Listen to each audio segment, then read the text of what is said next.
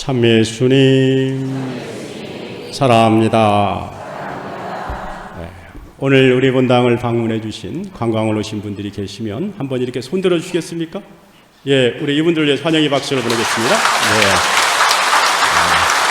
진심으로 환영합니다. 네, 좋은 여행이 되시기를 바랍니다.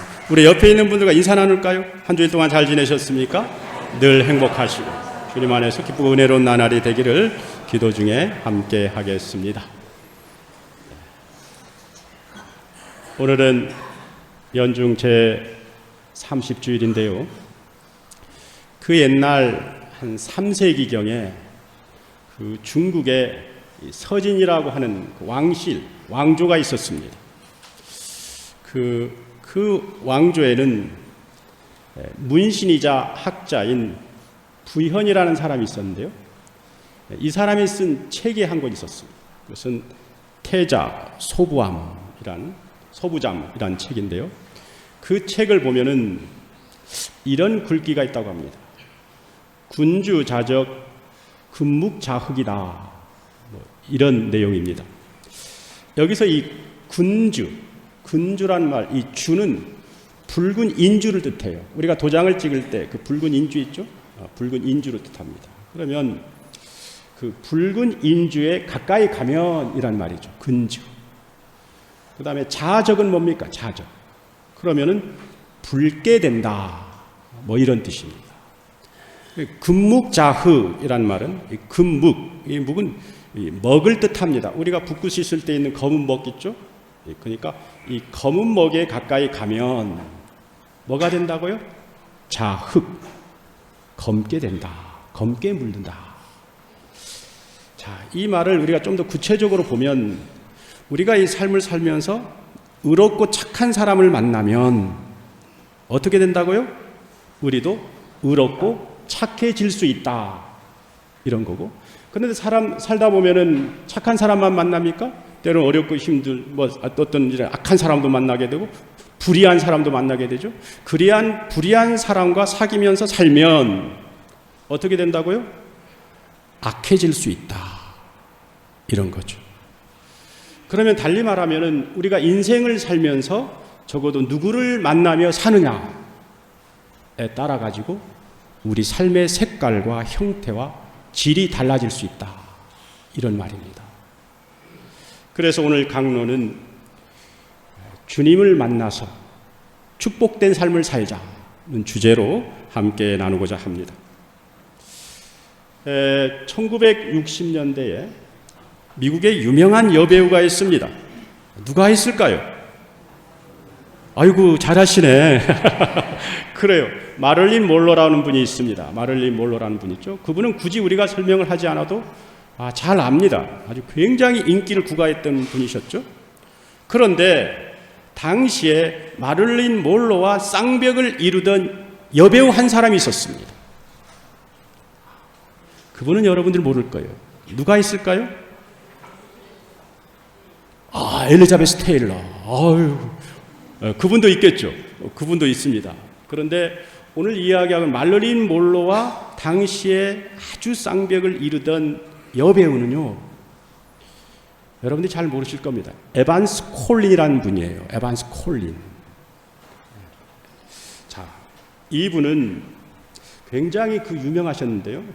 그런데 어느 날 그렇게 화려했던 이분이 기자회견을 자처합니다. 자처해가지고는 뭐라 하느냐면, 이제는 이 화려한 할리우드 음악을 떠나겠다고 선언합니다. 근데 선언한 이유가 뭐냐? 왜 할리우드를 떠나겠느냐? 그 이유가 뭐냐? 그 이유를 또 이야기했습니다. 자신은 지금 누군가와 깊은 사랑에 빠졌습니다. 그래서 그 사랑에서 헤어나오질 못하겠습니다.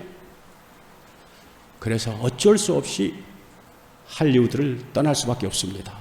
그러니까요, 당시에 이제 이 사람 떠난 것도 이제 화제거리인데, 이제 어떤 게 화제거리겠습니까? 도대체 그 사람이 누구냐? 그 에반스 콜린을 사로잡은 그 사람이 도대체 누구냐? 라고 하는 게 화제가 돼버린 거예요. 그래서 여기저기 기자들이 찾아와 가지고 도대체 그 사람이 누굽니까? 그러자 이분이 이렇게 대답을 했습니다. 일말의 망설임도 없이. 그 사람은 바로 예수 그리스도이십니다. 그분은 나를 위해서 기꺼이 십자가에서 죽으신 분이십니다. 이렇게 이야기하군요. 뭐라고 얘기했느냐면 앞으로는 주님과 함께 살겠습니다 하면서 이제 그 음막을 떠나는데, 실제로 그분은요, 그 후에 아프리카의 선교사로 떠나요. 모든 걸 다 내려놓습니다. 다 정리를 합니다. 정리하지 않고는 떠날 수가 없는 거죠.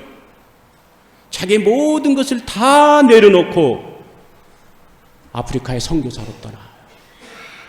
그리고 7년 동안 그 우간다라고 하는 그 가난하고 그 어려운 그 지역에서 7년 동안 정말 주님을 위해서 삶을 살다가 돌아와 가지고는 평생을 주님과 함께 살다가 생을 마쳐.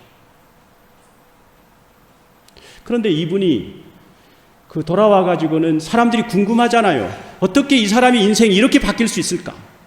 사람의 인생은요, 그렇게 쉽게 바뀌지 않습니다. 그런데 이렇게 180도로 바뀔 수 있을까? 이게 궁금해 가지고는 물어봐요. 아무리 주님을 만났지만 어떻게 바뀔 수 있었습니까? 그러니까 이분이 표현에 의하면 자신은 주님을 만나 가지고 미국의 대통령의 명예라도 바꿀 수 없을 만큼 자신의 삶이 소중하고 보람되고 축복됐다라고 하는 것을 깨달았습니다. 주님을 만나 가지고 삶의 어떤 그 자세, 삶의 형태가 달라진 거죠. 비록 세상 사람들 앞에서 여러 가지 좋은 소리, 인기 뭐 이런 거 듣진 못했지만 그 사람 나름대로 영적으로는 다른 사람이 표현할 수 없는 그런 축복의 삶을 산 거예요. 여러분, 우리도 마찬가지입니다. 우리 인생에 누군가를 만나야 되는데 누군가를 만난다라고 하면 반드시 예수 그리스도를 만나야 합니다. 그런데 여러분들이 예수 그리스도를 만났죠. 예수 그리스도를 만나면 삶이 일단 변화가 돼요. 여러분들 변화됐습니까? 안 변화됐습니까? 변화됐습니다. 그래요. 여러분들이 느끼든 안 느끼든 여러분들의 삶은 변화가 됐어요. 왜 그러냐면 여러분들은 세례를 받기 전에는 어떤 사람? 세상의 자녀였죠. 그런데 세례를 받고 난 다음엔 어떤 사람으로 변화가 됐습니까? 주님의 자녀, 하느님의 자녀로 바뀐 거예요. 그러면 세상의 자녀와 하느님의 자녀의 차이가 뭘까요? 단적으로 얘기하면 세상의 자녀는 세상의 어떤 백, 세상의 힘으로 살아가는 거예요. 하느님의 자녀는 어떻다고요? 하느님의 백으로 살아가는 거예요. 하느님을 믿고 살아가는 거예요. 존재의 변화가 이루어진 겁니다. 그런데 이런 만남과 변화만으로는 본질적으로 삶이 바뀌지는 않습니다. 내가 세례를 받았지만 세례 받는 걸로 끝해가지고 신앙생활 하지 않고 주님의 사랑 느끼지 않고 그러면 내 삶이 온전히 바뀔까요? 삶의 질이 바뀔까요? 삶의 형태는 바뀌지만 질은 바뀌지 않아요. 그러나 삶의 질, 삶의 온전한 형태까지 바뀌려면 여기에 두 가지가 필요합니다. 한 가지는 뭐냐면 우리를 향한 주님의 사랑을 느껴야 돼. 그리고 두 번째는 뭐냐면 그 주님께 대한 믿음과 사랑이 더해져야 돼. 그러니까 바뀌는 걸로만 만족하면 안 되죠. 내가 세례를 받아가지고 주님의 자녀로만 되는 걸로 만족하면 안 됩니다. 주님의 자녀가 돼서 축복받은 삶, 그 어떤 환경 속에서 세상 무엇과도 바뀔 수 없는 축복받은 삶으로 완전히 삶이 변화되기 위해서는 뭐가 필요하다고요? 주님이 나를 얼마나 사랑하는지, 이 나를 얼마나 사랑하는지 사랑을 느껴야 돼. 그리고 그 사랑을 느끼는 걸로 끝나지 않고 이제 보답해야 할 거 아닙니까? 그 보답이 뭡니까? 믿음과 사랑으로 보답해야 돼. 이게 더해지면 내 삶이 온전히 바뀌는 거예요. 우리가 삶의 마지막 순간 하느님 앞에 가져가는 것이 무엇입니까? 하느님 앞에 가져간 것이 내가 이 세상에서 쌓았던 인간적인 그것을 가지고 갈까요? 그것을 그대로 놔두고 가는 건데, 가지고 가는 것은 내가 주님을 얼마나 사랑했는지 하는 이것을 가지고 가는 거예요. 그래서 주님을 만나면 이처럼 삶의 형태와 질이 달라지는 거예요. 이에 대해서 오늘 말씀에서 확인해 주십니다. 자, 오늘 제1독서를 보면 예레미야 예언자는 주님께서 어떤 분이신지 밝히십니다. 자, 어떻게 밝히느냐 하면 주님께서는 아시리아 제국의 철저히 멸망한, 그 당시에 721년경이죠. 721년경, 기원전 721년 전에 이 아시리아 제국이 이스라엘을 패망시켜. 그러니까 이스라엘의 이 민족들이 다 어떻게 되죠? 이리저리로 다 흩어지게 됩니다. 흩어지게 됩니다. 그리고 흩어지고 자국에서 살지 못해가지고 다른 나라에서 산다라고 하는 것이 얼마나 고통스러운 일입니까? 그런 고통과 힘든 속에서 남아있는 자로서 삶을 살아가요. 그런데 이 하느님이 이 이스라엘 백성들을 한 사람 한 사람 다 이제 모을 거라는 겁니다. 다 모아가지고 어떻게 한다고요? 물이 있는 시냇가로 걷게 하고. 물이 있는 시냇가, 굉장히 상징적인 표현이죠. 물이라고 하는 것은 허기, 굶주림, 인간, 이런 인간적인 그 허기나 인간적인 고통에서 이렇게 잘 이렇게 견디고 이길 수 있도록 함께 하고 걷게 하고, 그런 고통을 주지 않는다는 겁니다. 그리고 넘어지지 않도록 고른 길을 걷게 하여 구원하신다. 함께, 고통 가운데 함께 하신다는 말입니다. 그러면서 예레미야 예언자는 주님을 밝힙니다. 그 주님이 누구라고요? 주님은 아버지입니다. 아버지. 예레미야 예언자가 주님을 뭐라고 얘기했습니까? 아버지. 여러분의 주님은 누구라고요? 아버지. 어떤 아버지? 주님, 우리의 고통 가운데서 함께 하시면서 우리에게 사랑과 위로를 베푸시는 아빠요, 아버지.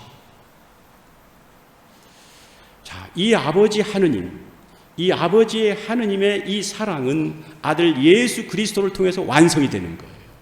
그래서 예수님 자신도 사랑 자체이시죠. 그래서 사랑 자체이신 예수님을 만나면 우리도 그렇게 변화가 된다는 말입니다. 이것을 확인해 주는 것이 바로 오늘 복음이에요. 오늘 복음을 보면은 예수님이 당신의 때를 아십니다. 당신의 때라고 하는 것은 뭐죠? 구원의 때. 예수님이 순환과 죽음을 통해서 세상을 구원해야 할 때를 아시고 어디로 가십니까? 예루살렘으로 가요. 예루살렘으로 입성한다는 말이죠. 예루살렘을 가게 됩니다. 그런데 예루살렘으로 가기 전에 예리고라는 마을에 들리게 되는데, 예리고라는 마을에 들려가지고 떠날 무렵에 누군가가 예수님이라는 소리를 했겠죠. 저분은 나자렛 사람 예수님이야. 그러니까 그때 어떤 사람? 바로 티메오. 바로라는 말은 아들이죠. 티메오의 아들이라는 사람. 이 사람이 눈먼 거지였죠. 눈먼 거지가 나자렛 사람 예수님이라는 소리를 딱 듣고는 뭐라고 이야기합니까? 그렇죠. 다윗의 후손이시오. 저에게 자비를 베풀어 주십시오. 여러분, 이 구절이 어떻습니까? 이 눈먼 거지가 이 외치는 소리가 그 안에 어떤 내용이 들어있을까요? 간절한 소망이 들어있어요. 이 사람은 누군가로부터 이야기를 들었을 거예요. 너는 예수님을 한 분을 만나야 돼. 예수님 부르냐 만나야 너의 신세가 바뀌어. 그래서 내가 예수님을 만나면 너는 예수님을 부여잡아야 돼. 믿어야 돼. 이런 소리를 들었죠. 누군가로부터 예수님을 만나야 한다. 그런데 그 꿈에도 그리던 예수님의 소리를 들었지 않습니까? 들으니까 그 소망을 이루어달라는 간절한 소망과 믿음을 갖고는 어떻습니까? 자비를 베풀어 주십시오. 그러니까 주변의 사람들이 좀 잠자코 있으라고 이렇죠? 여러분, 믿음은 다른 사람 눈치 보면 안 됩니다. 주변 환경 눈치 보면 믿음의 삶을 살 수 없습니다. 이것저것 이렇게 가리고 눈치 보고 이러면 믿음의 삶을 살 수 없어요. 이 사람에게 중요한 건 다른 사람이 아닙니다. 지금 나를 구원할 주님을 만나는 게 중요한 거예요. 그러니까 다른 사람이 잠자코 있으라 해도 어떻습니까? 다시 큰 소리로 다윗의 자손이시오, 저에게 자비를 베풀어 주십시오. 이 소리를 예수님이 듣죠? 들어가지고는 그 사람을 데리고 오라고. 너의 소망이 무엇이냐? 저의 눈을 보게 해주십시오. 이렇게 축복을 내려주십시오. 라고 하죠. 그러자 예수님이 뭐라고 합니까? 그 사람에게 너의 믿음대로 구원받을 것이다.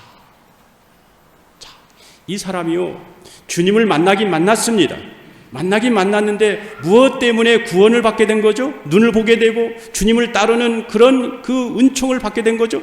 거기에는 예수님께 대한 믿음, 간절한 믿음이 보태진 거예요. 그러니까 삶의 형태와 질이 완전히 바뀌지 않습니까? 그러므로 형제 자매 여러분, 우리도 마찬가지입니다. 신앙인으로서 우리가 성당 다니는 이유가 뭡니까? 단지 미사 참석하기 위해서가 아니겠죠. 이왕이면 내가 주님 안에서 축복받은 삶을 살기를 바라서 성당 다니는 거예요. 그러면 진정 주님 안에서 축복받기를 바라십니까? 그러면 주님을 만났으니 이제 내 믿음과 주님께 대한 사랑을 보태도록 합시다. 내가 비록 믿음이 부족하면 조금 더 노력해가지고 그 믿음의 믿음을 더하도록 합시다. 그때 우리의 삶이 온전히 바뀔 겁니다. 고통 가운데도 더 이상 고통이 아닐 겁니다. 고통 가운데 더욱 깊이 내 신앙이 영적으로 연결게 되고 축복받은 삶이 될 것입니다. 금번 한 주는 주님을 온전히 만나가지고 축복받은 삶을 살길 주님의 이름으로 기도드립니다.